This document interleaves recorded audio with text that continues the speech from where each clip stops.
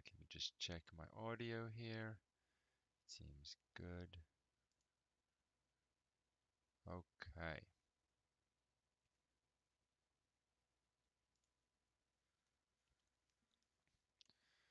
Looking for my mouse.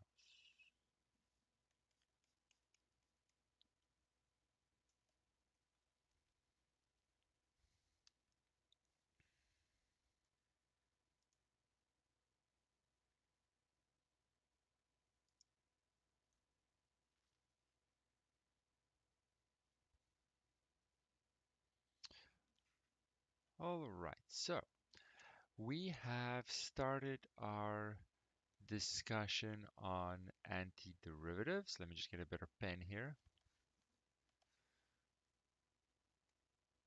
That one's nicer. Antiderivatives, where we're given a function. Now it could be called anything. I'm just emphasizing that it's the derivative of something. I don't necessarily know what the function is. We want to find the original function that can give me rather that derivative. This is an antiderivative of my original function. Now it doesn't matter what I call that original function. For example, I can call it f of x. Let's suppose that is simple as possible. Let's just say 2x. Then we say the function, call it whatever you want. I'm not even going to give it a name, to be honest. X squared is an antiderivative of 2x. The name is quite irrelevant. Initially, we used this big F to help remind us that yes, we are starting with a derivative now and kind of working backwards. But the names are irrelevant. I don't even have to say this. My sentence here is complete as it is. X squared is an antiderivative of 2x. Now, to be more complete, we realize that I can add or subtract something, and still, when I take the derivative, I'll get 2x as my target. So more complete, I'll say x squared plus c is the family of antiderivatives of 2x. So after our initial introduction to the concept, we are really focusing on this sentence and what that means. Now realizing that I am not really attached to any specific name for these functions, f, big F, small f, prime, not prime, it doesn't really matter. I have let go of that now, but I still want to have a name that's a little shorter than this sentence. Really just this is still sort of half English, this sentence. I want to represent this sentence with a mathematical sentence. So fully mathematical, I'm going to say the exact same thing. It's very important to realize that the the representation that we're going to give next is exactly the same as this sentence in the square box. So I want to, just like originally in the question, I'm starting with 2x. So 2x is given, for example, and I'm looking for the antiderivative. But instead of saying the antiderivative of 2x, so let's have a little sentence here to have the order exactly the same.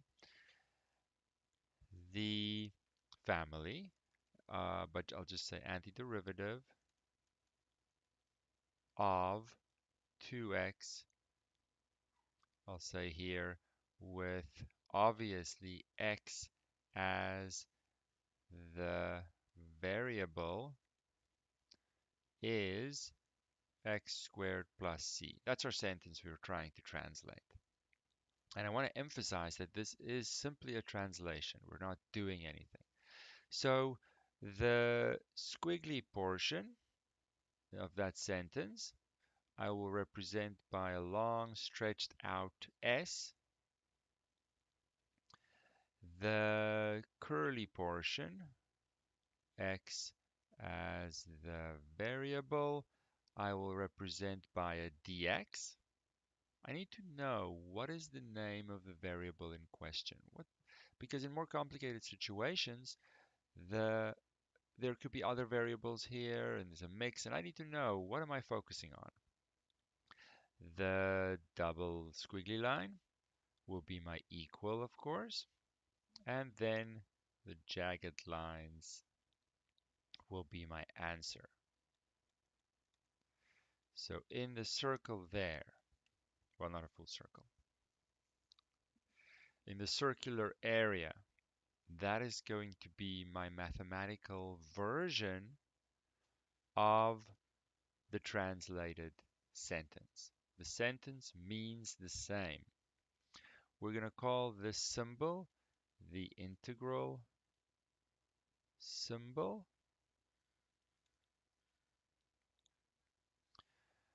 and we're going to call this whole thing, this sentence really, the or called the indefinite integral of, in this case, 2x. Really, I'll say here with respect to x. Now, when I only have one variable, it's sort of implied what the variable is, so I don't have to say that bracket portion, but I do in this mathematical representation, I do need to have my integral symbol telling everyone we're looking at antiderivatives and my dx or the d with whatever the variable name is to indicate that x is my variable and nothing else. All right, so that is the integral indefinite integral. Now, why indefinite? Because there is another version of this integral, still connected to antiderivatives, but we're going to have to wait a while to introduce that. There's a comment here that the stream keeps cutting in and out. If that is the case,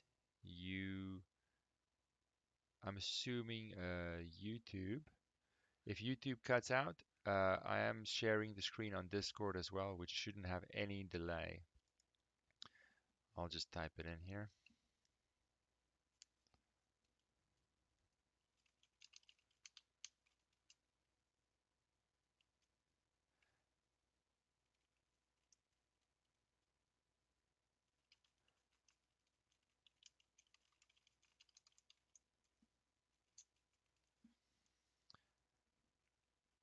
Yeah, it's really struggled to load for some reason, even though my internet connection is the same as always.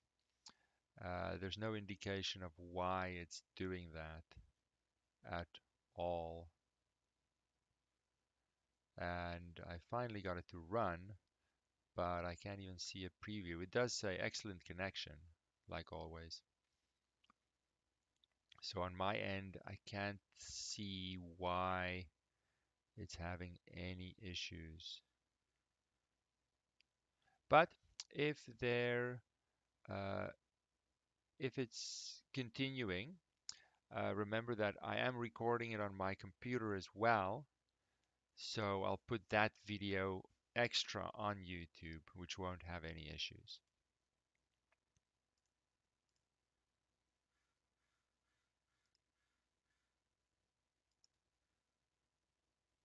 So I apologize for any technical issues that you're seeing. I really can't see, it's not giving me any indication of why it's struggling. It could just be a general internet issue, though it says excellent connection and it's not giving me any issue. But I am recording it as well as a backup.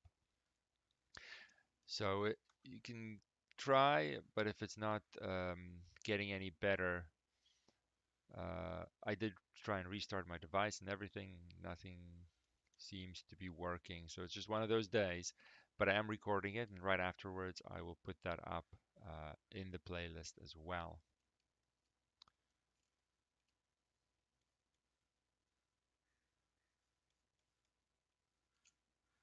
All right, so I'll keep going for the video's sake. I apologize if you can't quite follow it along. Let's have a look now with this new notation. What is the difference? Let's look at this very bottom one, 15, in our antiderivative style.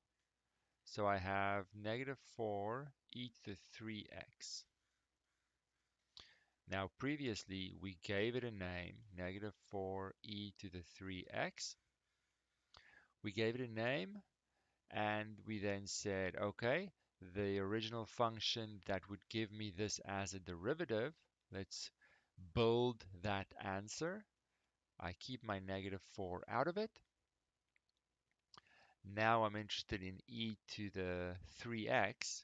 Well, the only thing that can come from is e to the 3x itself. But if I leave it like that and take the derivative to check, the chain rule is going to give me as the second part the derivative of 3x, which is 3. And there's no 3 in my target. So I put a 1/3 in front so that when I take the derivative, everything that should cancel, and I get my target. And then, of course, I add the plus c and so on. So nothing changes in what I'm doing. Now, my new way of writing it, there's no difference here at all. It's just a new way of writing it, which enables me to not care about names of functions. I am given my derivative function. I'm looking for what is the original that would give me that. And we call that the indefinite integral or antiderivative of this with x as my variable is exactly the same thing. Literally nothing has changed other than the appearance of my sentence, of my answer. So it's merely there for convenience, merely there for convenience. So we are just trying to get used to this new representation of the exact same thing as yesterday. And we happen to call that the indefinite integral. So if, for example, are these exactly the same? No. No, they're not the same. Let's do number 8, for example. Square root of x plus 2 over root x. So, sorry, hold on. 12, 12.2. 12.2,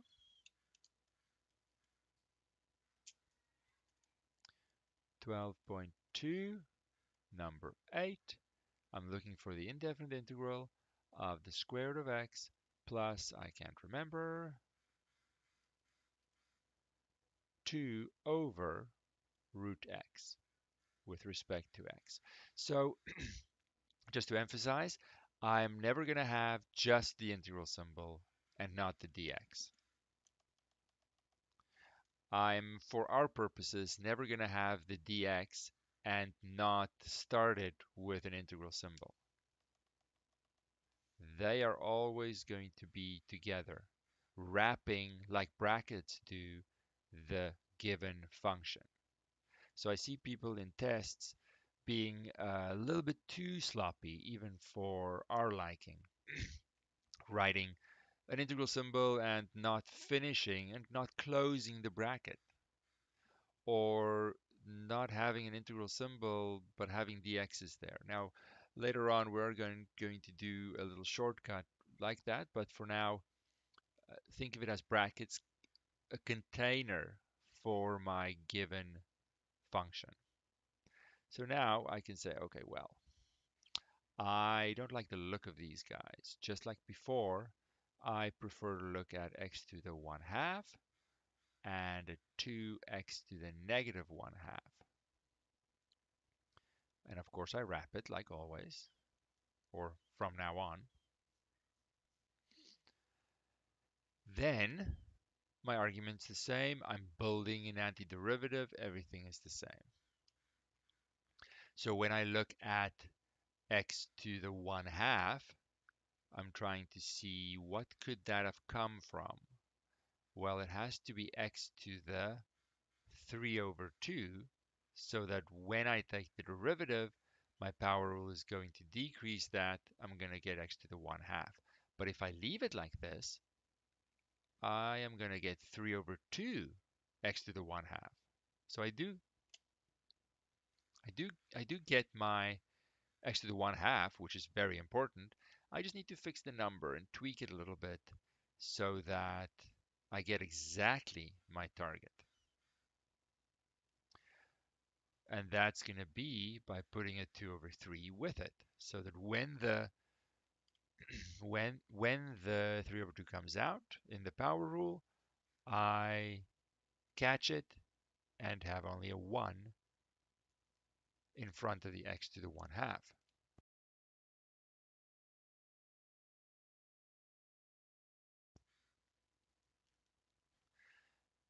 Then by the sum property in reverse, I can look at the terms separately. I don't love the 2 there, so I just keep it in front, like the constant times a function property allows me to do. And then I focus on x to the negative 1 half.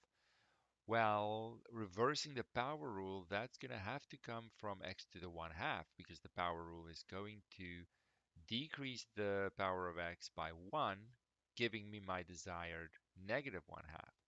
But if I leave it like this, there's going to be another half popping out, and that's not in my target that's given. So I put 2 there, so that when I take the derivative, this 1 half will go in front, the 2 will catch it, they will cancel, and I'm only left with that 2. And of course I add a plus c, like always, because I am really having a family of antiderivatives that are essentially very closely related. I can't have any other x's floating around, but they could differ by a constant, because when I take the derivative, the constant will become 0.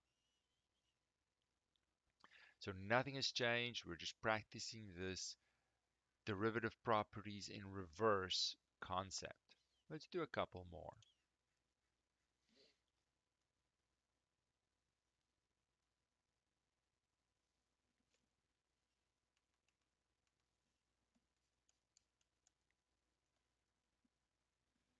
So let's have a look at, it doesn't really matter. How many do we have?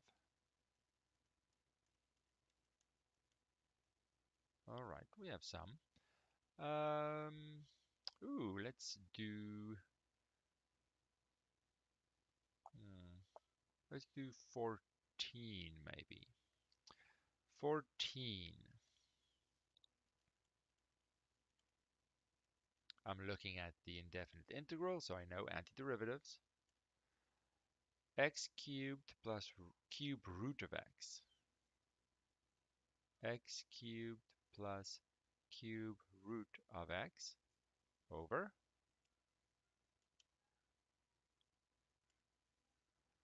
x squared, and my variable is x.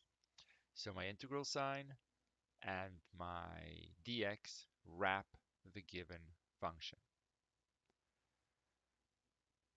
So now we mentioned yesterday that even if it exists, I do not want to mess with reversing a quotient rule right now, or really ever, to be honest. So I want to rewrite this to try and get basic properties up to the power rule that I can handle. So I'm going to split the common denominator, x squared, and then simplify each term, x. And this guy here is x to the 1/3, the cube root of x. So when I move the 2 up, it becomes a -2. So I have here, let's just highlight that because I know some people struggle with that. It'll be x to the 1/3 minus 2.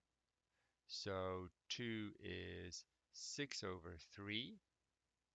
So 1 minus 6. So I have x to the -5/3. And of course, I wrap that with my dx. Then I think we can squeeze it in here because I've sort of used my space there.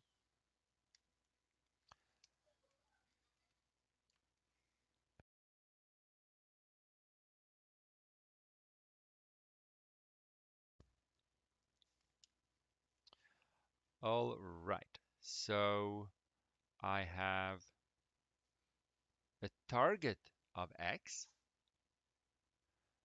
which means that's going to come from x squared, but I need to correct a number because if I leave it like that, I'll get a 2x, and there's no 2 there. So I need to put the reciprocal in front to catch that and give me exactly my target.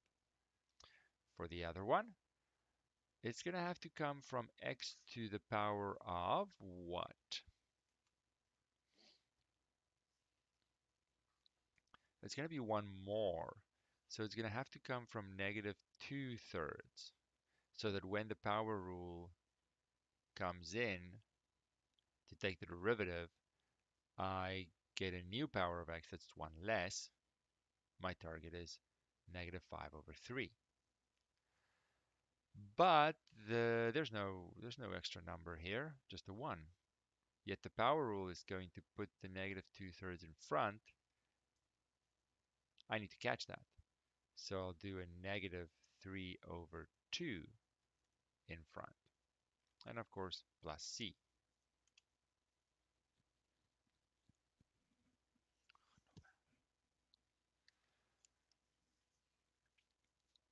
So nothing has changed in the concept. It's just more practice and writing the antiderivative question or antiderivative sentence by using what we call this indefinite integral. So let's keep going.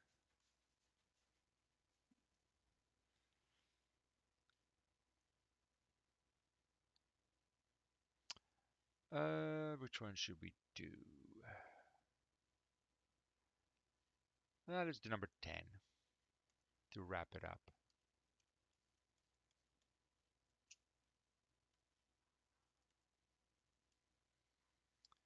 I'm looking at the indefinite integral of 2x plus 1, x minus 2, 2x plus 1 times x minus 2. And of course, x is my variable.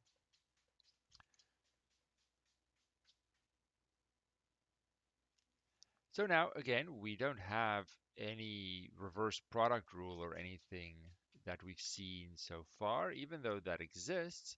I'm trying to keep things as simple as possible, and foiling this out first will put me in a better, simpler position.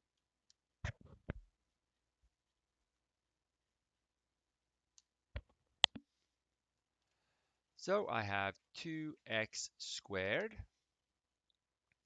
I have an x for the inside ones.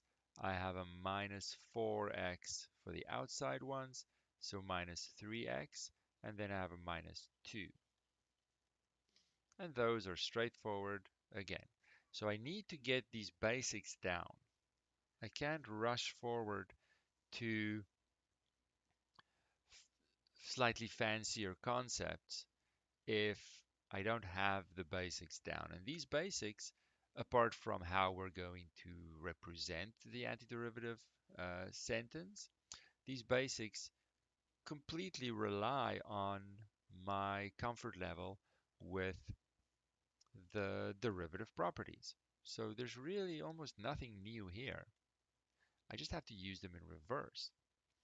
So the antiderivative for 2x squared is going to be, keep the 2 in front, x cubed with a 1/3 correction.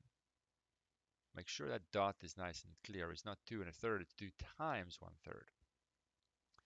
Minus 3 stays in front,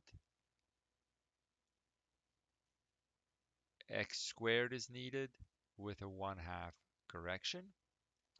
Then another minus, that one will be 2x.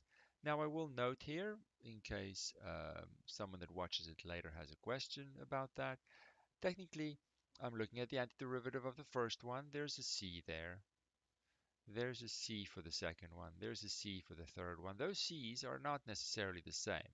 I don't know what constant they could represent. I don't really have more information to know exactly which antiderivative you're looking for. That's a number, that's a different number, that's a different number. I'm just going to pool these together and put a plus c at the end, where c is the sum of all the constants that pop out, because I don't know what they are. If I eventually get more information, which we will, and I have numbers for each individual one, then I would necessarily have a number to add at the end. So there's really no benefit in thinking of individual constants when they will always merge into one constant that I can just put at the end. And we'll call this the integration constant. So there's always what we're going to do. There's never any need to worry about constants on the way, when I can always just pool them and represent them as a single constant. All right, so hopefully at this stage we have our antiderivative indefinite integral concept pretty well settled, and we can build on that.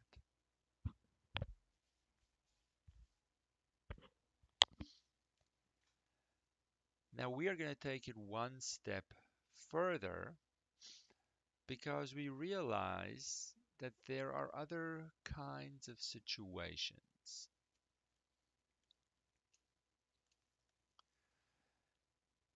We could have more complicated derivatives to reverse engineer, so to speak. For example, before we worry about the problem book, let me just try and illustrate by example how these are different. If, for example, I have x squared plus 1 times x, and I'm looking for the antiderivative of this. Given our experience up to this point with this new chapter, what would we do?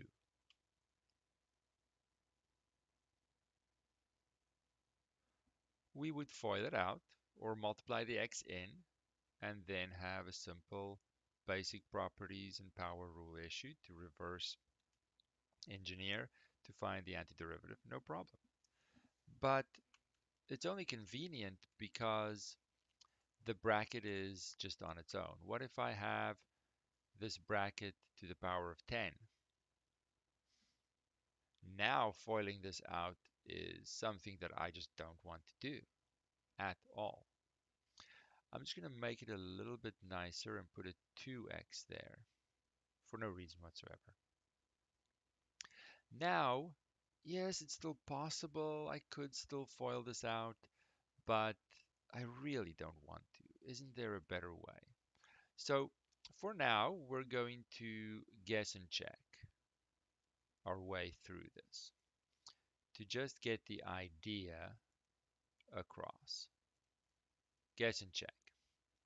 Because I'm just reversing derivative concepts I already know, it's not a, a ridiculous strategy to just guess and check my way through this.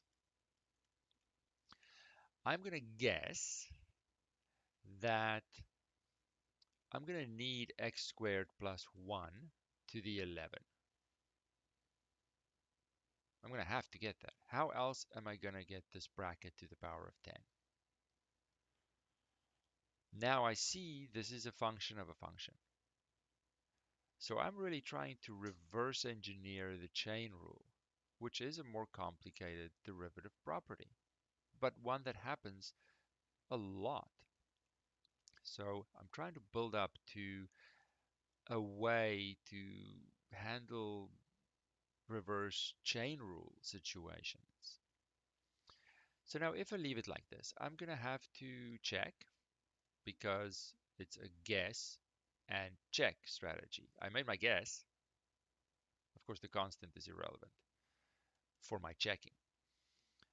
Now I need to check. I made my guess, so it's check time. So if I see how close am I getting with this guess, let's see. Well, in doing this check in the derivative taking process, it's a chain rule because this is a function of a function. So the outside function is something to the 11. The derivative of that is 11 times the something to the 1 less. And you see I get the target or part of it that I'm looking for. There is no other way really to get it in any convenient way. Why is this 2x there in the target? Well, because there's a second part of the chain rule. And that second part says take the derivative of the inside function, which is 2x. So if that 2x wasn't there in my target, this would not have been a good guess. I do need to fix this 11 because there's no 11 over there. So I put a 1 over 11 in front to catch it when it comes out so that that's only 1. So some things are familiar. Still the number correction. Still need to check if the numbers are what they should be in my target. But there's also now a chain rule situation that I need to be aware of and sort of reverse engineer this. So my guess was almost complete. Just needed to put the right number in front to make sure the numbers in my target will work. So we are taking initially a guess and check approach to reversing the chain rule. And that's all I want to do today. Just getting used to reversing the chain rule and why there are two things in my target. Because the chain rule creates two parts. So when I come up with a function of a function as my antiderivative answer, the derivative target that I'm aiming for should have two parts. All right, let's make some space here.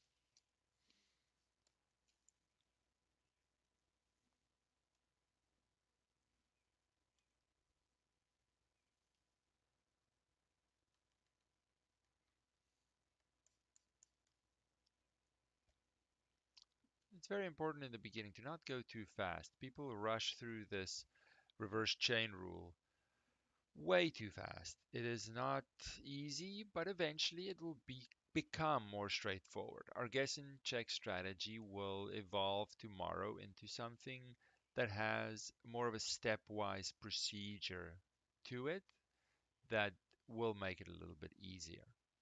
Right now, I'm just trying to get used to what the antiderivative, what the question looks like, what this integral has inside it, and why.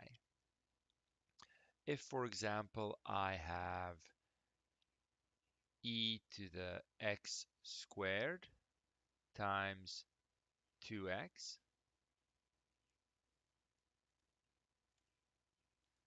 so what I see in my integral is some part is a function of a function, and there's some other parts as well.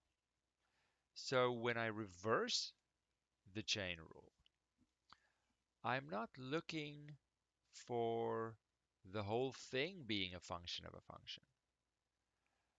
But usually, almost always for us, some part of it will be a function of a function.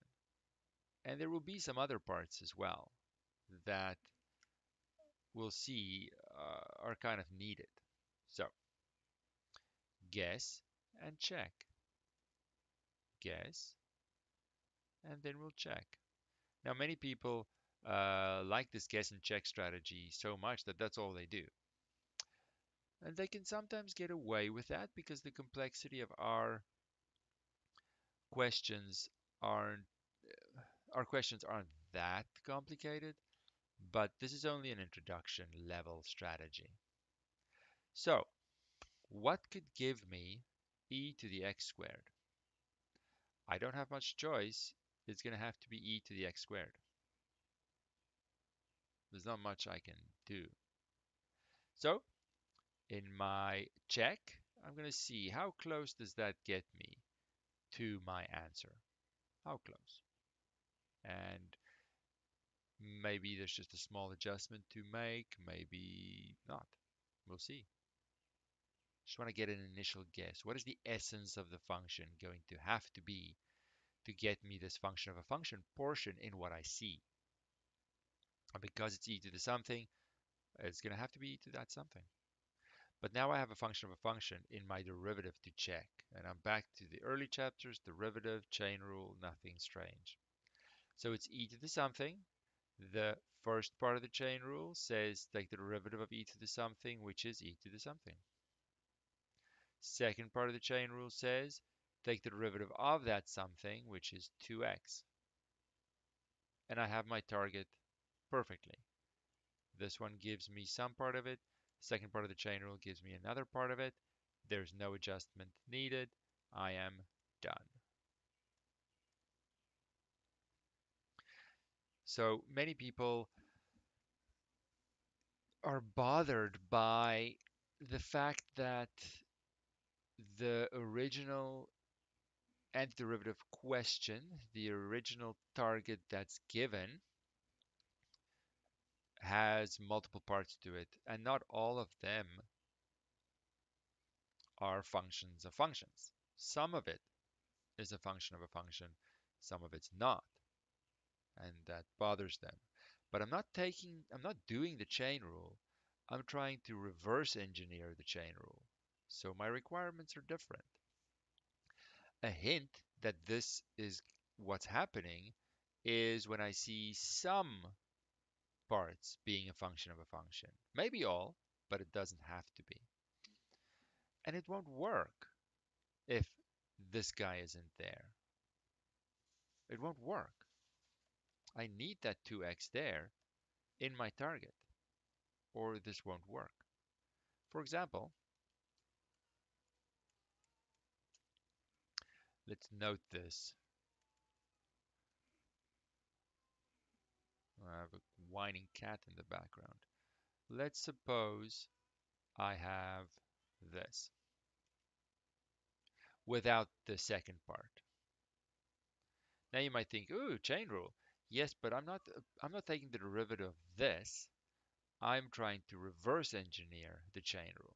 So you could have a guess and say, okay, well, this is going to have to come from e to the x squared. I have no choice. And then my check, now I take the derivative of e to the x squared. Well, I leave some space because maybe there's a correction needed or something. Take the derivative of that. I see, well, this is a function of a function. Taking a derivative is the chain rule. So it's e to the x squared as the derivative of the outside function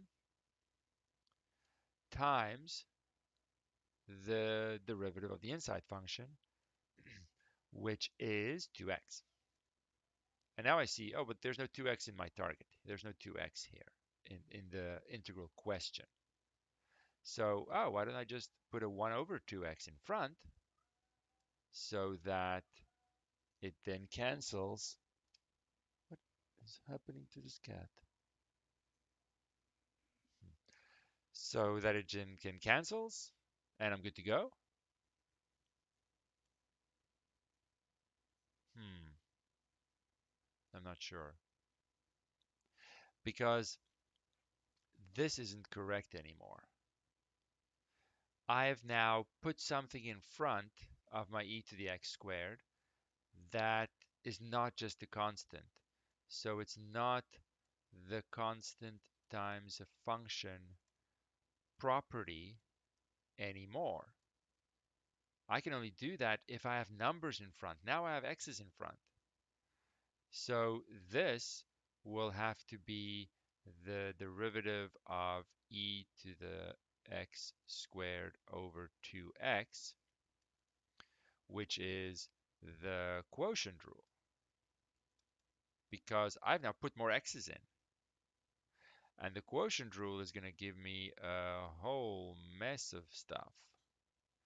Derivative of the top times the bottom minus the bottom times derivative of the top. It just is not the same anymore.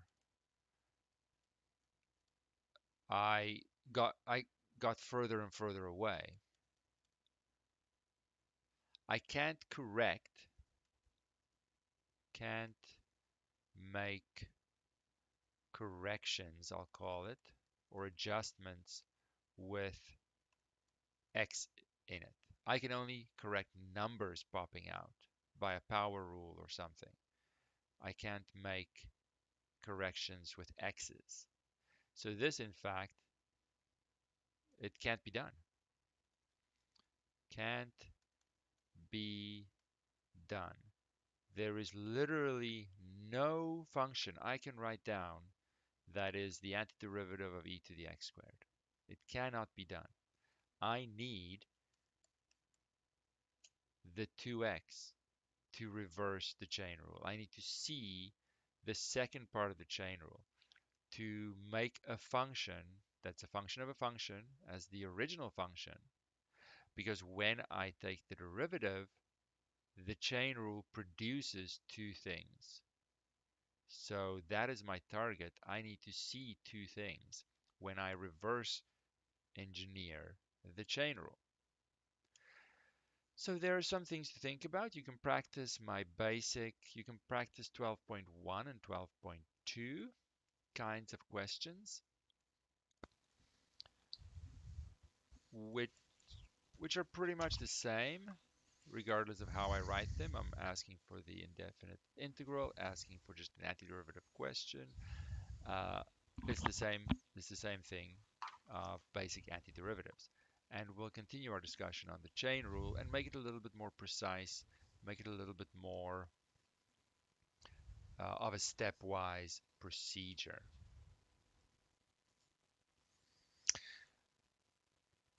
Are there any questions before we officially end?